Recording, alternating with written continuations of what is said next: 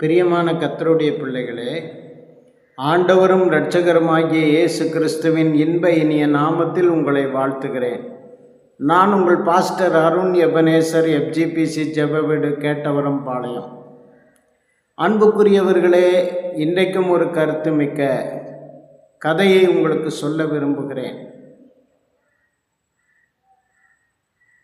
நம்முடைய இந்திய தேசத்தை வெள்ளைக்காரர்கள் ஆண்டு கொண்டிருந்த காலத்தில் மிஷனரியாக பணியாற்றிய ஜான் டக்கர் என்று சொல்லுகிற ஒரு தேவ மனிதன் தன்னுடைய ஊனமுற்ற தங்கைக்கு அடிக்கடி பொழுதுபோக்காக இங்கு நடக்கின்ற எல்லாவற்றையும் கடிதமாக எழுதி அனுப்பி, ஒரு ஆறுதலுக்காக கடிதமாக எழுதி அனுப்பி கொண்டே இருப்பார். இப்படி அனுப்பி கொண்டிருக்கிற காலத்தில் ஒரு முறை அவர் குதிரையில், அந்த காலங்களில் மிஷினரிகள் குதிரையில் தான் செல்வார்கள். அவர் அந்த மிஷினரி போய் கொண்டிருக்கும்போது ஒரு இடத்துல தண்ணி தாகம் எடுத்தபடினால ஒரு வீட்டில் தண்ணீர் கேட்குறார். அந்த வீட்டு பெண் கதவை திறந்து பார்த்த உடனே ஒரு வாலிப பெண் இருக்கிறாள். உடனே அந்த பெண் ஓடி கதவை அடைத்து கொண்டு உள்ளே ஓடி விடுகிறாள். இதையும் ஒரு கடிதமாக தன்னுடைய தங்கைக்கு எழுதி அனுப்புகிறார் அந்த ஜான் டக்கர் என்ற மிஷனரி. என்ன எழுதி அனுப்புகிறார் என்றால், இந்த மாதிரி இங்கே பெண்கள் படிப்பறிவு இல்லாமல், படிக்க வாய்ப்புகள் இல்லாமல் அடக்குமுறைக்கு உட்பட்டிருக்கிறார்கள்,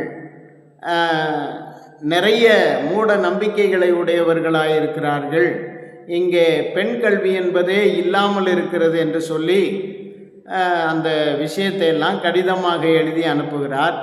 அப்படி அனுப்பும்போது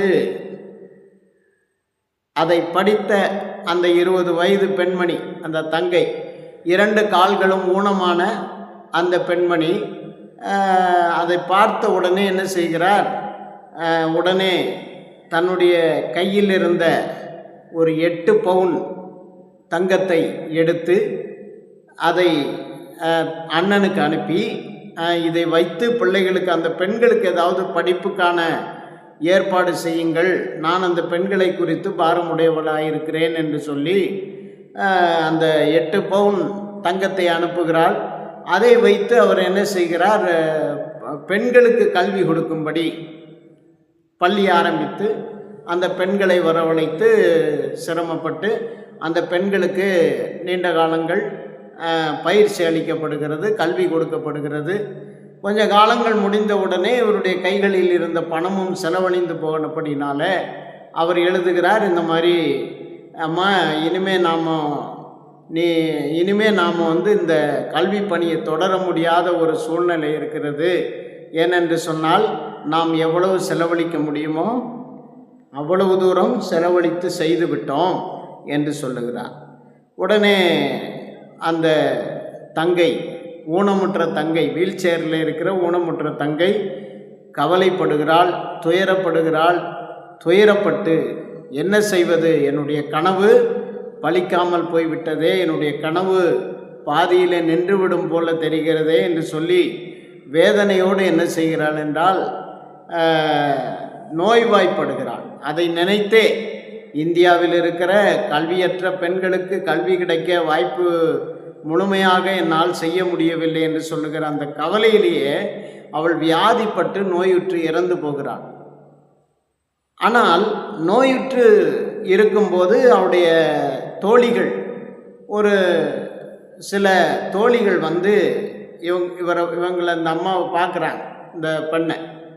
ஏமா இவ்வளோ கஷ்டப்பட்டுருக்கிற, இவ்வளோ தூரம் பலவீனமாக இருக்கிறியே, உனக்கு என்னாச்சு என்று சொல்லி விசாரிக்க அவருடைய தோழிகள் விசாரிக்கும்போது, அப்போ அந்த தோழிகள் இடத்துல அந்த பெண்மணி சொல்லுகிறாள், அந்த ஊனமுற்ற பெண்மணி, நான் ஒரு பெரிய கனவை என்னுடைய உள்ளத்தில் வைத்திருந்தேன். இந்தியாவில் இருக்கிற கடைக்கோடி பகுதியான அந்த திருநெல்வேலி பகுதியிலே பெண்களுக்கு கல்வி கொடுக்க வேண்டும் என்று ஆசைப்பட்டேன். அந்த கனவு என்னால் முழுமையாக நிறைவேற்ற முடியவில்லை. என்னிடத்தில் இருந்ததை நான் என்னுடைய அண்ணனுக்கு அனுப்பினேன். அவர் அதை வைத்து நிறைய பெண்களை கல்வி கொடுத்து பயிற்சிவித்து கொண்டிருந்தார். இப்பொழுது தொடர்ந்து நடத்த முடியாத சூழ்நிலை வந்துவிட்டது. இனி என்னுடைய வாழ்க்கையிலே இப்படி ஒரு பரிதாபமான நிலைமை வந்துவிட்டதே என்று சொல்லி கண்கலங்கி அந்த காரியத்தை சொன்னாள். அதற்கு பின்பு அந்த ஊனமுற்ற பெண் இறந்து போனாள். இறந்து போனதும் இந்த தோழிகள் இவர்கள் சேர்ந்து பணம் கலெக்ட் பண்ணி திரும்ப தன்னுடைய அண்ணனுக்கு அனுப்பி மறுபடியும் அந்த கல்வி பணியை தொடர சொன்னார்கள். அந்த கல்வி பணியை தொடர்ந்து அவர் செய்ய ஆரம்பித்தார். செய்ய ஆரம்பித்து இன்று வரை, அதாவது ஆங்கிலேயர்கள் நம்முடைய தேசத்தை ஆண்டது முதல் இன்று வரைக்கும் லட்சக்கணக்கான பெண்களை பயிற்சிவித்து கல்வி கொடுத்து உயர்ந்த நிலைக்கு கொண்டு வந்திருக்கிற அந்த தரிசனம் கண்ட பெண்மணி யார் தெரியுமா? சாரா டக்கர். அவருடைய பேரில் தான் இப்போ திருநெல்வேலி மாவட்டத்தில் எஸ்டிசி கல்லூரி என்று சொல்லுகிற கல்லூரி இயங்கி கொண்டிருக்கிறது. அந்த எஸ்டிசி கல்லூரியினுடைய தரிசனம் பெற்ற சாரா டக்கர் ஒரு முறை கூட இந்தியாவுக்கு வந்ததில்லை, அந்த காலேஜை பார்த்ததில்லை. ஆனால் அவர்கள் தூர இடத்துல இருந்தாலும் அந்த தூரத்தில் அவருடைய தரிசனம் எவ்வளோ பயங்கரமாக இருந்த ஒரு 20 வயசு பெண்மணிக்கு இருந்த அந்த தரிசனத்தை பாருங்கள். இன்றைக்கு நாம் என்ன செய்கிறோம்? அந்த காலேஜை ஒரு பெரிய கல்லூரியாக அநேக பெண் பிள்ளைகளை படிக்க வைத்து நல்ல முன்னுக்கு கொண்டு வருகிற ஒரு கல்லூரியாக இன்றைக்கு அதை நாம் காண முடிகிறது. பிரியமானவர்களே, இந்த காரியத்தை நான் உங்களுக்கு சொல்லும்போது உங்களுடைய மனதில் எப்படி இருக்கிறது? நான் ஒரு வசனத்தை சொல்லுகிறேன். துயரப்படுகிறவர்கள் பாக்கியவான்கள், அவர்கள் ஆறுதல் அடைவார்கள். அந்த பெண்மணி மிகுந்த துயரப்பட்டு இந்திய பெண்களுக்காக, பெண்களின் கல்விக்காக துயரப்பட்டு மரித்து போனால் தேவனிடத்தில் இளைப்பாறுதலுக்கு போய்விட்டார். இன்றைக்கு உங்களுடைய தரிசனம் என்ன?